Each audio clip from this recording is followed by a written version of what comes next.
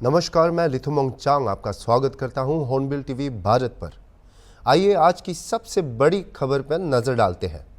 Jail में बंद gangster से नेता बने मुख्तार अंसारी की गुरुवार रात बांदा जेल में दिल का दौरा पड़ने से मौत हो गई। अंसारी की मौत का खबर फैलते ही लोग उनके गाजीपुर स्थित आवास पर जमा हो गए। मुख्तार अंसारी की कार्डियक अरेस्ट से हुई मौत पर मुख्तार अंसारी के बेटे उमर अंसारी ने कहा कि उन्हें प्रशासन की तरफ से कुछ नहीं बताया गया। मीडिया के जरिए इसकी जानकारी मिली। जानकारी आप लोग के माध्यम से ही मुझे जानकारी दी गई है जी। कोई मुझे आधिकारिक रूप से किसी ने कुछ नहीं बताया है, लेकिन अब जो हकीकत है उसको तो सब जान चुका है, तो पूरा देश जान चुका है। क्या बताया गया था सर आपको प्रशासन की तरफ से? मुझे कुछ नहीं बताया गया प्रशासन की तरफ से, मुझे मीडिया के द्वारा मालूम पड़ा और नेताओं के फोन आए और इसी माध्यम से देखा। अच्छा, 2 दिन पहले आप देखने भी आए थे और डॉक्टर ने ठीक किया था। मुझे नहीं देखने दिया। आप लोगों का आरोप था कि स्लो पॉइजन दिया जा रहा है मुख्तार अंसारी को, क्या कहना है सर इस पर? जो आरोप था वो आज भी हम वही बात कहेंगे। सर आपकी तरफ से आरोप लगाए गए थे स्लो पॉइजन देने के? आरोप लगाने वाला मैं कौन होता हूँ? जिनको जहर दिया गया उन्होंने आरोप लगाया। 19 मार्च को रात के खाने में उन्हें जहर दिया गया। उन्हें माननीय न्यायालय में, जहाँ वो विचाराधीन थे बंदी के रूप में, जुडिशियल कस्टडी में थे, सारी कोर्टों में डाला गया। और आज सर सूचना कैसे मिली? मीडिया के माध्यम। मीडिया आगे क्या कार्रवाई करेंगे सर आप लोग? आगे जो है सब होगा। अब ये कोई समय नहीं है कार्रवाई बताने का। सब आप लोग भी इंसान हैं, मैं भी इंसान हूँ, और आप लोग को पता है कि मेरे ऊपर क्या बीत रही है। सर तीसरी जांच की मांग करेंगे? बिल्कुल करेंगे, और जो कार्रवाई करनी है सब कोर्ट के माध्यम से और न्याय के रास्ते से आगे बढ़ेगी, और हमें न्यायपालिकाओं पर पूर्ण विश्वास है। किसकी संलिप्तता लगती है आपको? हम कुछ नहीं कहना चाहेंगे इस समय, सब जांच का विषय है। जो अदालत फैसला करेगी, हमको यकीन है कि वो इंसाफ। आपको लगता है जानबूझ के किया गया कृत्य है ये? अब इसमें भी भैया कुछ कहना और छुपा रह गया है। जो व्यक्ति अपनी मुट्ठी ना बंद कर पाता हो, जो व्यक्ति इतना कमजोर हो कि उसको खुद ही जेल प्रशासन लेकर आईसीयू आता हो, और खुद ही 12 घंटे बाद 14 घंटे बाद उसको फिट बताकर, पीठ ठोक कर कि जाइए आप ठीक है, और 14 घंटे बाद जेल की तनाई बैरिक में भेज दिया जाता हो। 2 दिन उन्होंने अपनी रात कैसे बिताई होगी ये मैं सोच सकता हूँ। जब आज 3:30 बजे मुझे टेलीफोन पे उन्होंने कहा है कि मैं इस हालत में भी नहीं हूँ कि मैं जेल के वीसी रूम तक जा सकूं बैरिक से निकल, तो अब आप सोचिए। और शासन की जांच पे भरोसा करेंगे या सीधे न्यायपालिका जाएंगे? न्यायपालिका। वहीं आज दोपहर को मुख्तार अंसारी के वकील चंद्रजीत यादव का इलाहाबाद हाई कोर्ट के प्रोसीडिंग्स के बारे में कहना है कि डॉक्यूमेंटेशन की प्रक्रिया चल रही है। डॉक्टरों का एक पैनल बनाया जा रहा है और जल्द ही पोस्टमार्टम शुरू होगा। जो डॉक्यूमेंटेशन प्रक्रिया होती है वो प्रक्रिया हो रही है, डॉक्टर पैनल बन रहा है, बहुत जल्दी शुरू हो जाएगा। ठीक है, कुछ कागज बचे थे जो साइन होने थे, वो हम साइन करवाने आए थे। ठीक है, और जैसे जन जानकारी आती हम आपको जानकारी देंगे। अंदर मौजूद है? जी अभी मैं अंदर नहीं गया। इस केस पर मुख्तार अंसारी के बेटे उमर अंसारी ने बांदा के जिलाधिकारियों को पत्र लिखकर मांग की है कि उनके पिता का पोस्टमार्टम दिल्ली एम्स के डॉक्टरों से कराया जाए। अपने पत्र में अंसारी ने लिखा है कि उनके परिवार को बांदा की चिकित्सा व्यवस्था पर भरोसा नहीं है। मीडिया कर्मियों से बात करते हुए उन्होंने दोहराया कि उन्हें यकीन है कि उनके दिवंगत पिता को जहर दिया गया है। देखिए, वो उनकी प्रक्रिया है। हमने तो लिख कर दिया है कि दिल्ली एम्स के डॉक्टरों से कराया जाए। हमें यहाँ की चिकित्सा प्रणाली और शासन प्रशासन पर विश्वास नहीं है। वो सोशल मीडिया पर भी है और मीडिया को भी हमने मुहैया करा दिया। आप लोग को सब पता है कि क्यों मैं ऐसा कह रहा हूँ। और पोस्टमार्टम होगा नहीं होगा, मैं तो जुमे की नमाज पढ़ने आ गया था, अभी वहीं से पंचनामे की सारी चीज़ें हो गई हैं और अब डीएम साहब को फैसला करना है, देखते हैं क्या फैसला। लेकिन अभी शुरू नहीं हुआ जी। मेरे आने तक नहीं हुआ था अभी। 1-2 दिन के बाद जब तदफीन हो जाएगी तब इसके बारे में हम लोग न्यायपालिका से उम्मीद करेंगे कि जो हम आशंका जता रहे हैं उस पे जांच हो, वार्ता करेंगे अपने सारे लीगल टीम से। उसके बाद शक नहीं है, यकीन है कि ये स्वाभाविक मौत नहीं, संयोजित हत्या है। मुख्तार अंसारी के निधन ने न केवल राजनीतिक बल्कि उनके करियर के विभिन्न पहलुओं से भी कई चिंताएं सामने ला दी हैं, जहां विभिन्न हितधारकों की ओर से अलग अलग रुख और टिप्पणियां की जा रही हैं। ऐसे ही एक हैं पूर्व डीएसपी शैलेंद्र सिंह, जो कहते हैं कि 20 साल पहले 2004 में मुख्तार अंसारी का साम्राज्य चरम पर था। वह उन इलाकों में खुली जीपों में घूमते थे जहां कर्फ्यू लगा हुआ था। उस समय उन्होंने एक लाइट मशीन गन बरामद की थी और उसके पहले या बाद में कोई बरामदी नहीं की गई थी। उन्होंने उन पर पोटा भी लगाया, लेकिन मुलायम सरकार उन्हें किसी भी कीमत पर बचाना चाहती थी। अंसारी की मौत पर जेडीयू नेता केसी त्यागी ने भी टिप्पणी की कि मुख्तार अंसारी एक प्रवृत्ति के नेता थे। दुर्भाग्य से वे लोकसभा और विधानसभा के भी सदस्य रह चुके हैं। उनकी मृत्यु ने पूर्वांचल की राजनीति में काफी उथल पुथल की है। 2004 की है, जनवरी की है, आज से 20 साल पहले की है। और मुख्तार अंसारी का जो भय का साम्राज्य था वो चरम पे था, और सरकार द्वारा जब समर्थन ऐसे माफियाओं को हो जाए तो आप समझ सकते हैं। मैंने अभी आपसे कहा कि वो खुली जीप में मऊ दंगों में घूमता था जहाँ कर्फ्यू लगा है। किसी की हिम्मत नहीं हुई उसके प्रति कुछ बोल दे, कार्रवाई की तो छोड़ दीजिए। और उस समय मैंने लाइट मशीन गन रिकवर की। आज तक उत्तर प्रदेश में केवल एक ही रिकवरी है, न उसके पहले कभी हुई, न 20 साल हो गया अब तक हुई है। और उसमें पोटा भी लगाया क्योंकि पोटा एग्जिस्ट करता था।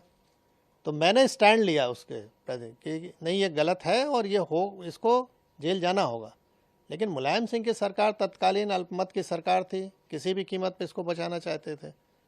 और उन्होंने अंत में हम लोग पर प्रेशर बनाया, अधिकारियों पर प्रेशर बनाया। जब कोई नहीं सुना तो आईजी जोन जो थे उनका ट्रांसफ़र, डीआईजी रेंज का ट्रांसफ़र, एसएसपी एसटीएफ हमारे थे उनका ट्रांसफ़र। और अंत में ऐसा माहौल बनाया गया कि मुझे भी रिज़ाइन करना पड़ा 15 दिन बाद ही। लेकिन मैंने रेजिग्नेशन में लिखा और जनता के सामने इस चीज़ को रखा आप लोग के माध्यम से कि देखिए, जनता पॉलिटिकल सिस्टम में आप ही ने चुना है इस सरकार को, और किस तरह की ये सरकारें चल रही हैं कि जो माफियाओं के निर्देश पे काम कर रही हैं। हम लोग चुन के आते हैं, सेलेक्ट होते हैं, यानी जब तो बोला जाता है कि आप पब्लिक सर्वेंट हैं। आम बोलचाल की भाषा में हम कहते हैं गवर्नमेंट सर्वेंट है, और हो गए हम पार्टी के एजेंट अगर काम करें जिस तरह से वो कह रहे हैं। तो मुख्तार अंसारी एक आपराधिक प्रवृत्ति के राजनेता थे। दुर्भाग्य से वो लोकसभा और विधानसभा के भी सदस्य रह चुके थे। उनकी मृत्यु ने जो पूर्वांचल है उसकी राजनीति में काफ़ी उथल पथल की है। वो भाजपा विधायक कृष्णानंद राय की हत्या के अभियुक्त थे। वो कांग्रेस कमेटी के अध्यक्ष अजय राय के भाई की हत्या के अपराधी थे। और गैंगवार की पॉलिटिक्स के यही नतीजे होते हैं जो मुख्तार अंसारी के साथ। सर, आप देखते हैं आने वाले समय में समाजवादी पार्टी को इसे अपनी पार्टी की प्रतिष्ठा का सवाल नहीं बनाना चाहिए, वरना चुनाव में समाजवादी पार्टी को, विपक्षी दल चाहे समाजवादी पार्टी हो, कांग्रेस हो या फिर बहुजन समाज पार्टी, सभी एक सुर से न्यायिक जांच की मांग कर रहे हैं। बांदा जेल में बंद मुख्तार जिस तरह से कह रहे थे कि उनकी जान को खतरा है और अब उनकी मौत हो चुकी है, उससे विपक्ष सरकार पर और हमलावर हो गया है। उत्तर प्रदेश में मुख्य विपक्षी दल समाजवादी पार्टी ने मुख्तार मामले में सरकार पर गंभीर आरोप लगाए। उत्तर प्रदेश सरकार के कैबिनेट मंत्री डॉक्टर संजय निषाद ने मुख्तार मामले को लेकर हॉर्नबिल टीवी से की बातचीत। उत्तर प्रदेश सरकार के कैबिनेट मंत्री डॉक्टर संजय निषाद जी हमारे साथ मौजूद हैं, उनसे बात करेंगे। सर, जिस तरह से मुख्तार अंसारी की मौत हुई है उसको लेकर विपक्ष तमाम तरह की बातें कर रहा है, और इस जो मौत हुई है उससे न्यायिक जांच की मांग कर रहा है, चाहे सपा हो या फिर बहुजन समाज पार्टी हो। दोनों ही पार्टियां इस मामले में न्यायिक जांच की मांग कर रही। आपका क्या कहना है? देखिए, विपक्ष का धर्म है वो आरोप प्रत्यारोप करना। विपक्ष वाला बयान के अलावा कुछ क्या है। आज के दिन में देश की जनता जनार्दन होती जज होती है, वो फैसला लेती है कि क्या। आज के दिन में उनके जांच है, जब तक जांच रिपोर्ट नहीं आ जा तब तक कुछ कहना उस पर बिना किसी रिपोर्ट के आधार पर कुछ कहना एक तरीके से बेबुनियाद है। अभी पोस्टमार्टम हो रहा, पोस्टमार्टम में टीम है, उनके परिवार के भी आदमी को परमिशन दिया गया। पोस्टमार्टम रिपोर्ट आने के बाद ही उस पर कुछ कहा जा सकता है। अच्छा, जिस तरह से जेल में चाहे वो मुन्ना बजरंगी की हत्या हो या फिर संजीव माहेश्वरी जीवा की हत्या हो या तमाम ऐसे लोग रहे जिनकी हत्या हो गई, उसके बाद से लगातार सवाल उठते रहे हैं सरकार पर कि इस तरह की हत्या हो रही तो न्यायिक प्रक्रिया में कोई कैसे विश्वास करेगा। कितना जायज मानते हैं जिस तरह जो पहले मामले हुए या फिर मुख्तार अंसारी की बात करें तो? माननीय मुख्यमंत्री जी, हम बधाई देंगे। मुख्यमंत्री जी कुछ भी मामले आते हैं उस पर जांच कराते हैं, जांच में जो दोषी पाया जाता है उसके खिलाफ कार्रवाई करते हैं। और पहले की सरकार और हमारी सरकार में आप अंतर देखेंगे तो जनता उसको देखती है कि पिछली सरकारों में और इस सरकार में बहुत ढेर सारा परिवर्तन है। इसी सरकार के साथ जनता है और जनता फैसला लेकर फिर से मोदी जी को ला रही है, योगी जी को। अच्छा, क्या लगता है जो न्यायिक जाँच की मांग की जा रही है उस पर आपका क्या स्टैंड है? वो तो सरकार फैसला लेती है। अभी तो प्रारंभिक जांच आने के बाद ही उस पर आगे कोई बढ़ता है। पहले तो किसी को कुछ कहने के लिए तो कुछ भी है। उनके समय उनकी सरकारें थी तो क्या इमीडिएट कुछ जांच लिख देते थे क्या? पहले सिस्टम से काम होता, तो सिस्टम से काम लोकतंत्र है। संविधान में व्यवस्था दी गई है, विधायिका है जो कानून बना है, कार्यपालिका है, फिर न्यायपालिका है। तो सब आज के दिन में सारे मिशनरी अपना काम कर रहे हैं हमारी सरकार में। इसीलिए अपराधी को सजा मिल रही है। पिछली सरकारों में लोगों को संरक्षण मिलता था। अच्छा, मुख्तार अंसारी की बात से हटकर अगर बात करें, यूपी में 80 लक्ष्य रखा है और पूरे देश में 400 पार। क्या लगता है जो ये घटनाक्रम हो रहे हैं, जो आंकड़ा जो टारगेट रखा है उसमें कहीं कोई फर्क नहीं पड़ेगा, चाहे मुख्तार की घटना हो या और भी घटनाएं हुई हों? देखिए, किसी व्यक्ति के साथ वोट नहीं जुड़ा हुआ है और न जुड़ता है। माननीय मोदी जी के कार्यों के आधार पर जो जनता की सरकार जनता के द्वारा है, जनता अपने कार्य के आधार पर सरकार चुनती है। ये राष्ट्र का चुनाव है, राष्ट्र की व्यवस्था का, अर्थव्यवस्था का चुनाव है। देश के अंदर लोगों की सुरक्षा का सवाल है, देश के अंदर उनको विकास का सवाल है, इसका चुनाव है। और जो आपस में जो खाई हो गई थी एक दूसरे के बीच में, उसको ख़त्म करने का सवाल है। इसलिए जनता मोदी जी को साथ में ला रही है और मोदी जी के साथ फिर से 400 पार एनडीए सरकार। यानी मुख्तार अंसारी की मौत के मामले में यूपी में 80 सीटों पर कोई फर्क नहीं पड़ेगा, पूरी 80 का 80 सीटें आएंगी? नहीं, किसी प्रकार का फर्क नहीं पड़ेगा। जनता ने जो उसको फैसला लेना हो, जनता पहले फैसला ले चुकी है और जो वादा किया था मोदी जी की गारंटी है, उसके आधार पर जनता वोट दे रही है। देखिए, मोदी जी की जो गारंटी थी और मोदी जी ने जो वादा किया था जनता से, वो जनता जब वो वादा किया था वो पूरा किया। और चाहे मुख्तार अंसारी की बात की जाए तो मुख्तार अंसारी की मौत के मामले में जो यूपी में लक्ष्य है भारतीय जनता पार्टी का 80 का 80, उससे मुख्तार अंसारी की मौत का उस पर कोई फर्क नहीं पड़ेगा और सभी पूरी यूपी की 80 की 80 सीटें जीतेंगे और पूरे देश में 400 पार जाएगा, जैसा कि मंत्री डॉक्टर संजय निषाद जी ने कहा। वीडियो जर्नलिस्ट अनिल सैनी के साथ अनुप चौधरी, हॉर्नबिल टीवी, लखनऊ। अंसारी की मौत के बाद पूरे उत्तर प्रदेश में आपराधिक प्रक्रिया संहिता सीआरपीसी की धारा 144 के तहत निषेधाज्ञा लागू कर दी गई है, जो बड़ी सभाओं पर रोक लगाती है। बांदा, मऊ, गाजीपुर और वाराणसी जिलों में पुलिस कर्मियों की विशेष तैनाती है। कल मुख्तार अंसारी को मुहम्मदाबाद के कालीबाग स्थित कब्रिस्तान में दफनाया जाएगा। डीआईजी ओम प्रकाश सिंह, डीएम आरिका खौरी और एसपी ओमवीर सिंह ने लिया मुख्तार अंसारी के पैतृक कब्रिस्तान का जायजा। उत्तर प्रदेश के एडीजी कानून एवं व्यवस्था अमिताभ यश ने कहा कि आज जुम्मे की नमाज और कल बांदा जेल में हुई घटना को देखते हुए पूरे राज्य में हाई अलर्ट घोषित किया गया है। कई जिलों में अतिरिक्त बल भेजे गए हैं और सभी को शांति बनाए रखने के लिए निर्देश भी दिए गए हैं। आइए अब हमारे संवाददाता से ग्राउंड रिपोर्ट प्राप्त करें और नवीनतम अपडेट सुने। हेलो शिव कृपाल जी, आपको सुनाई दे रहा है? हाँ, सुनाई दे रहा है जी। कृपया करके हमारे दर्शकों को बताइए कि अभी जो वर्तमान स्थिति क्या है वहां पे। अभी अगर हम देखें तो मुख्तार अंसारी की बॉडी, जैसा कि पोस्टमार्टम पे पहले तो क्वेश्चन उठे थे कि इनका पोस्टमार्टम एम्स दिल्ली से कराया जाए, लेकिन उस पे कोई बात नहीं बनी और उनका पोस्टमार्टम करके उनका डॉक्यूमेंटेशन के साथ उनकी बॉडी को रवाना कर दिया गया। तो अब ऐसे में जो स्थिति है अभी उत्तर प्रदेश की लॉ एंड ऑर्डर को देखते हुए अगर देखा जाए तो उत्तर प्रदेश के में एक जो ये गैंगस्टर थे, गैंगस्टर का पॉलिटिशियन थे, इनका दहशत लगभग उत्तर प्रदेश के सभी जिलों में हुआ करता था, लेकिन खासकर गाजीपुर, बलिया, जौनपुर और मऊ की बात करें तो यहाँ पर हाई अलर्ट पुलिस ने लॉ एंड ऑर्डर को लेते हुए भी कर दिया है। अब इस पे तमाम तरह के सवाल विपक्ष उठा रहे हैं और इनके परिवार से भी उठ रहे हैं कि 2 दिन पहले ही इनकी तबीयत खराब हुई थी, लेकिन वहां के डॉक्टरों ने इनका इलाज करके और ये कहते हुए इनको अस्पताल से छुट्टी दे दी थी कि अब इनको कोई इलाज करने की, यहाँ रखने की जरूरत नहीं है।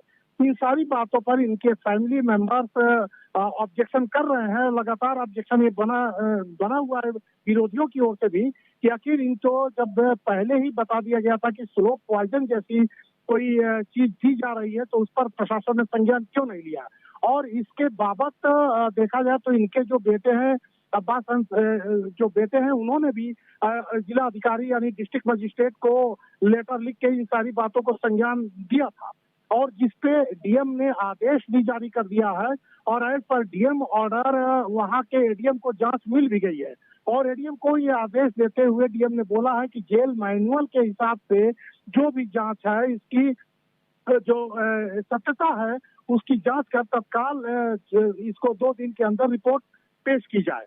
तो कुल मिलाकर अगर देखा जाए तो जो मुख्तार अंसारी की एक मौत हुई है और इसको जैसा कि विपक्षी और उनके परिवारी जन मान रहे हैं कि संदिग्ध मौत है और कहीं ना कहीं इसमें जेल प्रशासन की तरफ से ढीला बर्ताव किया गया है और कहीं ना कहीं इनके ऊपर वो ध्यान नहीं दिया गया है और एक साजिश के तहत इनको कहीं ना कहीं मारने की कोशिश की गई थी। हालांकि अगर इसकी बात डॉक्टरों से माने तो उनकी पुष्टि है कि ये कार्डियक अरेस्ट के वजह से इनका देहांत हुआ है और यह एक नेचुरल डेथ है।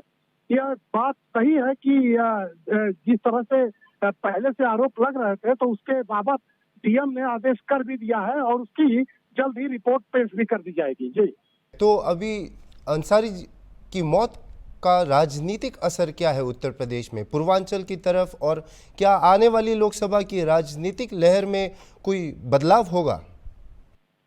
निश्चित रूप से पूर्वांचल की सीटों पर जिस तरह का दबदबा मुख्तार अंसारी का रहा करता था, उस दबदबे को देखते हुए इस बात से इनकार नहीं किया जा सकता है कि इस बार के लोकसभा चुनाव में इसका असर नहीं पड़ेगा। निश्चित रूप से उन जो 4-5 सीटें हैं, जैसे कि गाजीपुर हुआ, मऊ हुआ, बलिया हुआ और जौनपुर हुआ, इन सब सीटों पे वाराणसी हुआ, तो इन सब सीटों पे कहीं ना कहीं थोड़ा बहुत असर जरूर पड़ेगा और लोकसभा चुनाव के मद्देनजर अगर हम बात करें तो इनकी मौत का असर निश्चित रूप से इस लोकसभा चुनाव पे भी पड़ेगा और सबसे ज्यादा अगर हम देखें तो इसका असर मऊ की जो घोसी लोकसभा जो सीट है, जो वहां पर इसका पड़ना बिल्कुल लाजिमी है। जी, तो अभी जो पॉलिटिकल लहर में जो अभी बदलाव आ रहा है उसका फायदा कौन से पक्ष को होगा?